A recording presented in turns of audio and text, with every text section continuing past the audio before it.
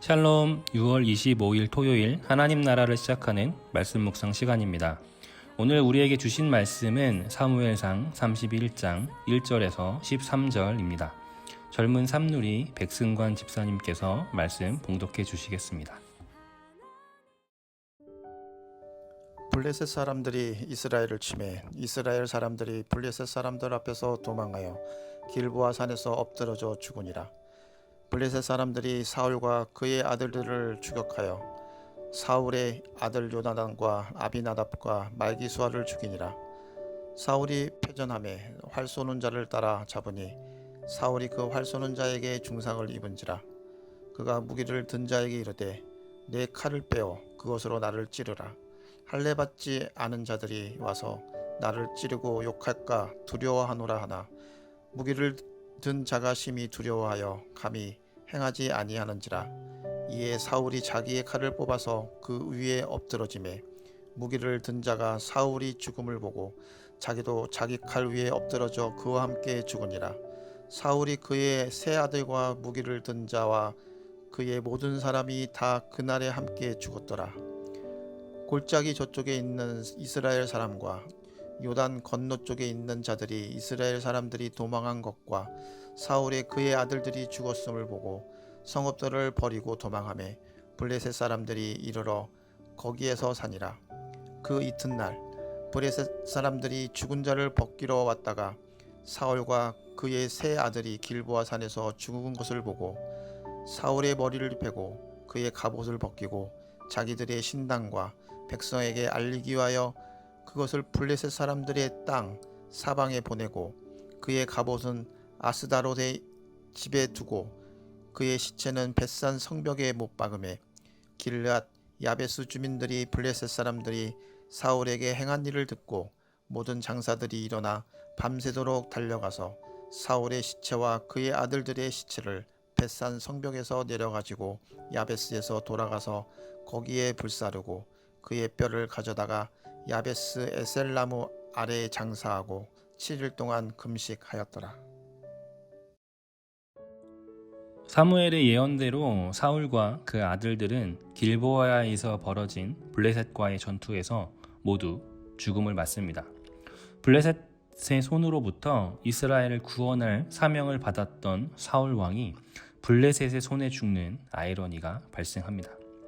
사무엘상의 마지막 페이지는 이스라엘의 초대왕 사울의 실패와 그로 인한 초라한 말로를 기록합니다. 이 마지막 이야기는 히브리어 원문에 따르면 아말렉으로부터 자신과 부하들의 가족을 구출한 다윗의 이야기와 동시적 상황으로 표현됩니다.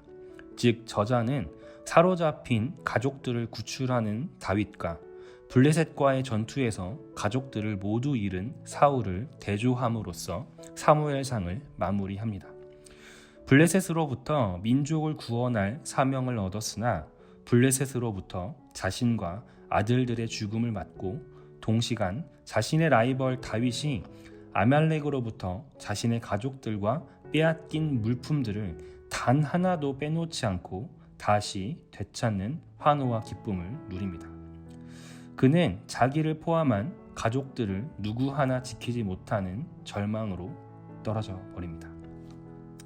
우연이 반복되면 필연이란 말이 있듯이 성경은 사울에게 벌어진 반복되는 우연을 통해 그의 가족들에게 벌어진 비극이 우연이나 단순히 재수 없는 날 벌어진 사건이 아니라 하나님의 의도임을 밝힙니다. 그리고 이러한 하나님의 의도는 사울의 불순종과 이 과정에서 사무엘을 통해 선언하신 사울의 결말과 일치합니다. 하나님의 약속은 구원과 회복 등 긍정적인 사인도 분명하게 이루시지만 동시에 심판과 멸망의 약속도 분명하게 이루시는 분이심을 깨달을 수 있습니다. 사울은 어떤 수를 써서라도 이러한 하나님의 심판과 저주를 피해 보려고 했지만 결국은 실패했습니다. 사울이 처음 왕위에 오를 당시 그 모든 계획이 이스라엘 민족, 인간의 계획과 투쟁의 결과처럼 보였으나 사울이 왕위에 오른 것은 하나님의 뜻이었고 이 과정에서 인간이 개입할 여지가 없었던 것과 마찬가지로 사울의 죽음과 패망이란 하나님의 뜻에도 어떠한 인간의 간섭이 허용되지 않습니다. 시편 127편 1절에 보면 여호와께서 집을 세우지 아니하시면 세우는 자의 수고가 헛되며 여호와께서 성을 지키지 아니하시면 파수꾼의 깨어 있음이 헛되도다 라고 말씀합니다. 이 말씀처럼 오직 우리의 삶을 세우시는 이는 여호와이십니다. 우리 삶의 모든 주권이 여호와께 있습니다. 사무엘상 마지막을 이야기를 들으며 우린 사울을 통해 반면교사 삼아야 합니다. 유명한 링컨 대통령의 일화를 하나 소개하고 말씀을 마치려고 합니다. 미국의 남북전쟁 시기 미국의 제16대 대통령이었던 링컨은 백악관을 기도실로 만들 정도로 신실한 믿음의 사람이었습니다. 동시에 그와 전쟁을 벌이던 남부군의 로버트 리 장군도 매일 눈물로 기도를 하는 신실한 믿음의 사람이었습니다.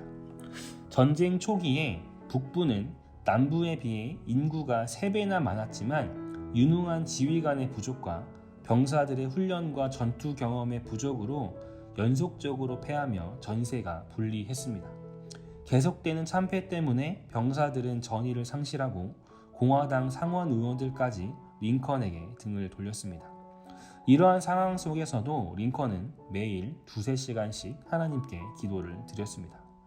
어느 날 기도를 드리고 나오는데 한 참모가 와서 링컨에게 말했습니다. 각하, 하나님도 참 고민이 많으시겠습니다. 이를 들은 링컨이 갑자기 이게 무슨 말이요? 라고 하자 참모는 대답했습니다. 남부의 리 장군도 날마다 하나님께 눈물로 기도를 드린다고 합니다. 저는 각하께서 매일 열심히 기도를 드리고 나오시는 모습을 보면 기독교인으로서 늘 궁금했습니다. 하나님은 한 분이고 두 분 다 이렇게 열심히 기도를 하시니 하나님은 정작 누구 편을 들어주셔야 합니까? 하나님이 우리 편에 계시다면 얼마나 좋을까요? 라고 말했습니다. 그러자 링컨은 이렇게 대답했습니다. 이게 무슨 말인가요? 하나님은 항상 우리와 함께 하십니다. 문제는 우리가 하나님 편에 서 있는가입니다. 하나님은 언제나 승리하십니다.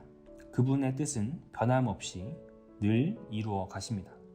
사울의 실패와 다윗의 성공의 차이는 그 성공의 편에 섰는가 그렇지 않은가입니다. 사무엘상은 사울의 실패로 끝납니다. 그러나 사울의 실패가 하나님의 실패를 뜻하지는 않습니다. 앞서 나눈 대로 사울의 실패 또한 하나님의 분명한 의도가 들어있는 사건입니다.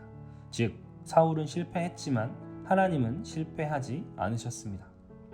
사랑하는 성도님들, 날마다 삶의 주권자이신 하나님을 인정하고 그분의 뜻 가운데 임하시길 바랍니다. 그리하여 삶 속에서 승리하시기를 바랍니다. 사울의 분명한 실패는 하나님의 실패가 아니라 하나님의 세우심의 실패가 아닙니다. 오직 하나님 편에 서지 않고 자신의 뜻과 자신의 의로 자신의 삶을 이루어 가려는 사울의 실패입니다.